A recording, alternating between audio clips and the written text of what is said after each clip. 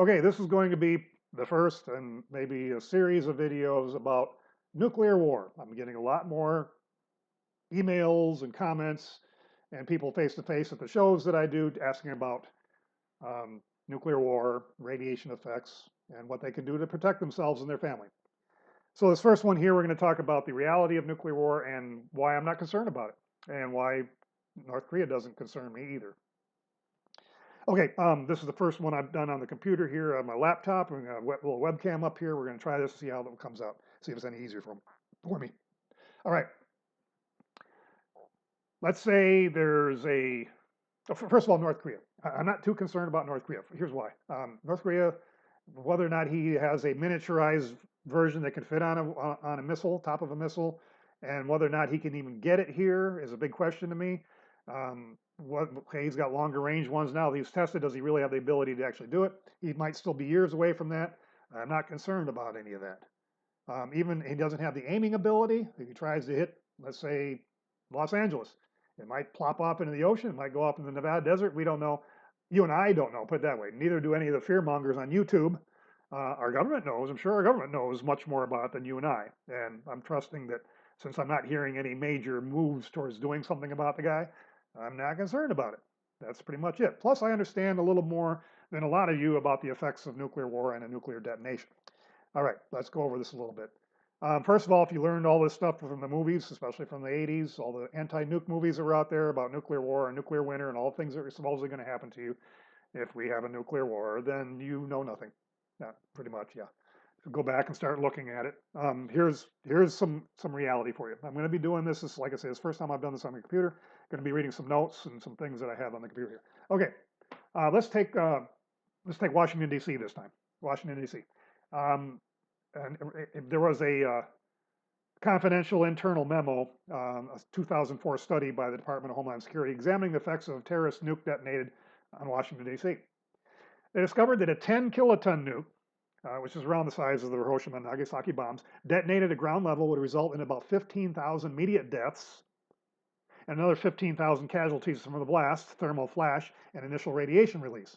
Now, as horrific as that may sound, and even without the duck and cover, the surprising revelation here is that over 99% of residents of the DC area will have just witnessed and survived their very first nuclear explosion.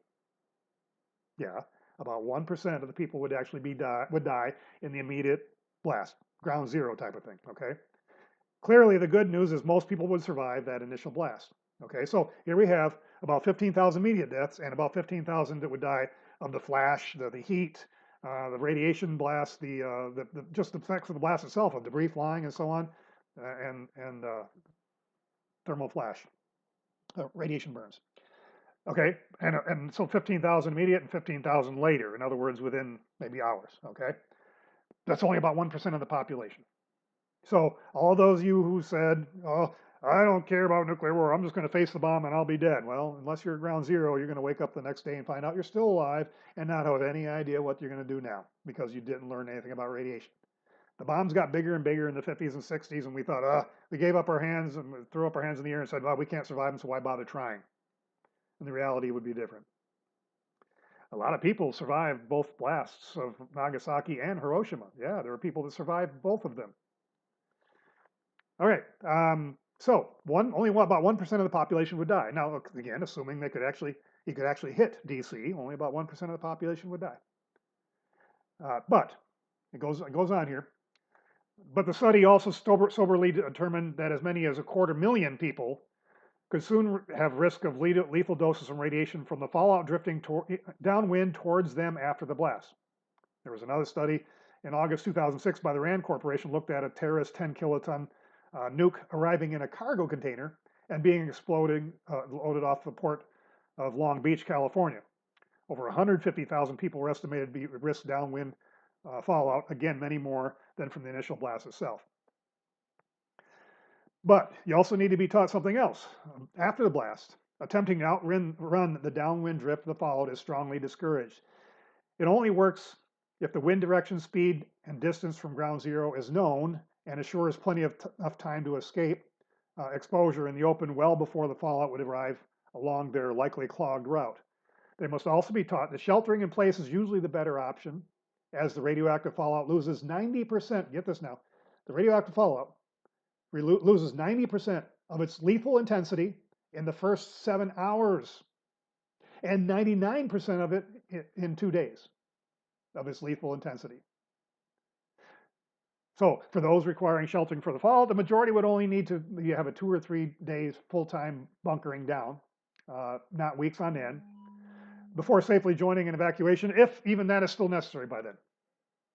Okay, now we've got different types of radiation here. I'm going to save that for another video, how do you protect yourself in more great detail. But these are the reasons that I'm really not concerned about nuclear war, because unless I'm in the city right at ground zero, I'm not going to die, because I know what to do to how to protect myself. Okay, and that would be 99% of you too. I'm going to read my first message I got just yesterday or the other day. Okay, we have somebody that lives, and I guess I could change it doesn't matter. I'm not going to use a real name anyway, so it doesn't really matter. Okay, it says, okay, I live in Redwood City between San Francisco and San Jose in the middle of Silicon Valley. If North Korea was to deliver the unwanted present, I want to protect my family and be a little more prepared. But with only a few bridges to escape on, there is no chance of getting out. Literally millions would be trying. I learned that I cannot stop gamma rays from going through my house and through my body, heating and mutating my cells. I do not see that I will be able to build a bomb shelter, so what do I do? At what point do I decide to stay or drive far away? Does it depend on bomb location and wind direction? And he says, my plan, create a positive airflow room with connecting bathroom utilizing HEPA filters running off of batteries. And EMP, does EMP knock out batteries and generators? He also says, get a couple of NBC-related gas masks, or buy some iodine pills, or have reserve food and water. Have a radio walkie-talkies, get a radiation detection device, or is any of this not a good plan because of the gamma rays? I have no idea what a high rate of radiation is or how long I need to stay out of it, depending on the level. Would appreciate your direction if possible. Loved your videos on Fukushima explanation. I can't believe the people leave negative comments. And thank you. Let's call him Jim. Okay? So, answers. Let's go with some answers here. First of all, he says, rightly so, that millions of people would be trying to get out of the city. But if you've already been hit by a nuke, then back up, because your cars won't work. The EMP associated with a nuclear detonation would likely knock out all cars. So you're not going anywhere anyway. Bridges may be clogged with people walking or bicycling, but probably not clogged. Well, they'd be clogged with dead cars maybe too, but you probably wouldn't be going anywhere. So that's your first thing. The answer is, because of the EMP, you probably have no escape. All right? And you can't ride a bicycle fast enough or walk fast enough to get away from a beta cloud that's coming at you, fallout. Okay, next item, he said, learn to cannot escape from the gamma rays, going through my house and my body, heating my cells. I would not be able to build a bomb shelter. Was what I would do. Okay, if you have a basement, you don't need tons of earth above you. You see, because gamma rays travel in a straight line, and they're blocked by mass, by the way. So you get below grade. That's why our shelter is below grade. The gamma rays don't go like this into your basement. So frankly, if you get below grade, you're going to be protected from the gamma rays. Okay. That's all you really need. You don't need all this tons of earth above you, because the gamma rays aren't going to be coming from above you. If they were coming from above you, that means you were at ground zero and you would have died anyway. So no, they'll be coming off the horizon somewhere, but they don't turn a 90 degree and go down to your basement. So just go in the basement. That's all there is to it. Let's see here. Did I answer that now? Oh, and also if there's like say a mountain between you, if you're in California, you'd probably have some mountains there. If it was an air burst or if it was a ground burst, you probably wouldn't have any gamma rays, virtually none, because the mass of the mountain would block the gamma rays. It doesn't go over the mountain, around it. If you're off on the horizon far enough, gamma rays might be going over your head, but it won't be hitting you. Catch my drift? So gamma rays, and if you do want to protect yourself, all you have to do is get behind some mass. The mass facing the detonation. Now, if it's an air burst, it'll be coming off a little higher at an angle, but it won't still be pretty much straight off the horizon. Because if you're close enough, you probably would have been really probably would have been killed anyway. So it probably really would have been, it's going to be coming off pretty much straight away from the horizon. But the higher the altitude of the airburst, the farther it's going to travel across the Earth. But if you're behind a mountain, you don't have to worry about it, you see. Okay, you won't really know that until you can see what's hit. All right, so he says, at what point do I decide to stay or drive far away? Does it depend on bomb location and wind direction? Okay, bomb location, wind direction, that's different things.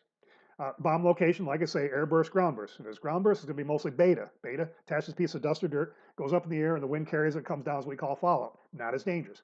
Gamma rays travel in a straight line, they're blocked by mass. So if it's an air burst, you're going to have more gamma. If it's a ground burst, you're going to have more beta. If it's off on the horizon enough where you're not going to get any gamma, you probably will still get some beta. But if you're 30 to 50 miles away, you might not really get hardly anything. That's right, 30 to 50 miles away. Think about it, folks. World War III has already happened. We nuked ourselves. The British nuked themselves. The Soviets nuked themselves. The French and Chinese, they were above ground nuclear warheads going up all over the world. Where's your nuclear winter? How come we didn't all die? Because it just doesn't have that great of a distance.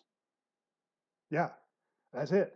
30 to 50 miles downwind. There were some times where it's in the desert of New Mexico or Nevada, I think it was, where they had to evacuate towns because the wind shifted in a direction they didn't expect to. So 30 to 50 miles downwind is all you really, if you're, in other words, if you're 30 to 50 miles away from the nuclear blast, you probably will get virtually anything.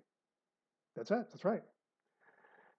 And if it's North Korea, you're not going to have multiple warheads continuing to go off, right? Because he had maybe one. So one detonation kills 1% of the people if it hits a big city. The rest of us don't have to worry very much. Yeah, there'll be a big problem, certainly in that area, but it's not. Remember, there were all these nukes going up above ground all before anyway. We should have all been dead right now, right? If you believe the movies, we should have been dead a long time ago. Okay, continuing on. So he says, bomb location and wind direction. So if you're upwind, if it's beta, and you're upwind, you hardly get anything. You might be getting some gamma, but you wouldn't be getting beta because the wind's carrying it off in different direction. Now the wind can shift. These dusts, when they get on you, it's not nearly as dangerous. And I think I'll save that for the next video. Okay, bomb location, wind direction. So his plan was create a positive airflow room with connecting bathroom using HEPA filters running off of batteries. Do EMPs knock out batteries and generators? Okay, let's cover the second part first. EMPs, generally batteries, no. They used in the 50s and 60s, of the above ground testing the US did, had cars involved too, and the cars would generally, even if the windows were blown out or they rolled over, they generally would kind of start up. So the windings in the coil and the windings in the motor, the starter motor, they seem to survive it. And then of course the batteries. Now, generators have the windings and also the windings of the coil and the generator motor. So maybe they will survive. Not sure if it's electronic controlled or computer controlled, then probably you could forget about it. So maybe a generator would survive, maybe not. There's a lot of theory behind EMP. And we can do a whole other video about that. HEPA filter, yes, is what's required to block out a beta particle. Basically, to block out that dust or dirt, you need a HEPA filter, a filter that'll block out the fine dust. That's HEPA, if you don't know. You can buy these at OK Safety Supply or other places around the country. Gas masks, yes, will do that also, but you can buy furnace filters that are HEPA filters. The old duct tape and plastic, taping up the cracks in your house and everything. Basically, the beta particle, now the gamma rays will go right through your walls, right through your body, right through your house. So your house offers virtually no protection from gamma rays. But beta radiation lands on your roof in the form of dust, and you will get no radiation from that because the beta radiation won't really penetrate the plywood of a wooden roof. Now, the dust, of course, can get in your house, air infiltration, and that's where the HEPA filter comes out. And the gentleman here talking about creating a positive pressure room, great idea. If you can power it, like he's saying, he's worried about batteries and about generators. And remember, you may only have to do that for 2 days. So that's something that could literally be done. So having a positive pressure room where all the air coming in via some sort of fan is filtered by a HEPA filter would tend to keep out all the beta radiation, the dusts. That's all. Keep out the dust. So duct tape and plastic if you want. There's a lot of different ways to protect yourself from the beta dust, but your house can't be 100% airtight because frankly you'd suffocate in your house. So you do have to have some ventilation of some sort, but the more outside air you keep out of your house, or more accurately, the more you keep that outside dust out of your house, the easier you're going to be survive from any kind of effects due to beta radiation. Okay, so I think I got that here. Let's go to the next one. Get a couple NBC rated gas masks. Well, gas masks help for alpha and beta, but they don't do anything for gamma. So yeah, okay, if you want to sit there for 2 or 3 days with a gas mask, that's fine too. You can do that. Have some extra filters on hand if you want to do gas masks. But you can also use a respirator, a HEPA style respirator. I think the NIOSH 95s or something, just the dust mask. You can do that as well. You're trying to block out that beta particle, that piece of dust. Okay, buy some iodine pills. Yeah, okay, iodine, potassium iodide, potassium iodate. Those are always good to have around, so no problem there. Have reserve food and water. Well, you already have reserve food and water. I think I've done some videos about that. You have 2 weeks worth of food storage in your house right now. Look in your refrigerator. Look in your cabinets, freezer. You got about 2 weeks worth of food storage for your family right now, and you have 2 weeks worth of water storage too in your water heater. So I wouldn't go crazy about stocking up all kinds of food and water for a nuclear event, because after a couple of weeks, well, it depends on the nuclear event, but probably within a week, you'll probably start having restoration of power, and all sorts of things will start becoming back to where you can go to the store and get some food or some fuel for your cars or whatever, if you can run the cars. It depends on how close you are. The EMP, a localized EMP burst, say from North Korea, isn't going to knock out the entire grid of the whole country like a solar flare might. Okay, so you got 2 different things going on there. All right, so you already have some reserve food and water. Let's see, he also says, get a radiation detection. Oh, have radio walkie-talkies. Yes, if you have 2 walkie-talkies, that's good, but you're going to need to protect those from the EMP, so you have to have them in some sort of Faraday cage, a device, a metal box basically, that protects the devices inside from the electromagnetic pulse, so they'll work afterwards. There's very limited things you can put in a Faraday cage that would be of any use when you come out of your hidey hole, but 2 walkie-talkies, that'd be a good thing. Maybe a shortwave radio too. Anything else you can think of, I really can't imagine why you'd want to protect it in a Faraday cage. That's my honest opinion. Okay, and he says get a radiation detection device. Well, full disclosure, I sell radiation detection device. Yes, you're gonna have to learn about it though, whether you're detecting high-level gamma or low-level beta or low-level gamma or X-ray or neutrons or alpha. There's all kinds of components on it. I don't have one machine that basically does it all. So do some research on that or contact me. I can help you with that. But let's see. I'll have other videos. I do have other videos about that. So I think it's not a good plan because of gamma. I have no idea how let's see. So basically, you only need about 1 to 2 weeks protection from gamma rays, even if it was an airburst and you were visible where that airburst was. 1 to 2 weeks. That's all you really need, where the levels of radiation will be down far enough where you wouldn't have to really worry about venturing outside, out from your basement, okay, being below grade. For beta, the radioactive fallout, this is 90% of its lethal intensity in the first 7 hours and 99% after 2 days. So you really only have to worry about being in your hidey hole for about a week, honestly. And that's assuming you're within 30 miles of the nuclear blast. It's not that difficult, folks. Okay. And let's see here. He also says, I'm finishing up here on this. Love your video on Fukushima. I can't believe the negative comments. Well, that's what I'm trolls galore. Probably if you look below, you'll see all kinds of trolls thinking I'm full of crap. People would rather believe fear porn and get mad when I tell them they're not going to die. That's what I face all the time on my channel. Okay, maybe I should quit here. I don't want to make this a super long video. We'll continue to do this as I get more questions. We'll see how this goes. I don't know how many people are that interested in it, but there's been a lot of fear-mongering, of course, and a lot of people are worried. And I'm just trying to set the record straight and try to get some logical, sensible solutions to this potential problem. All right, thanks everybody for watching.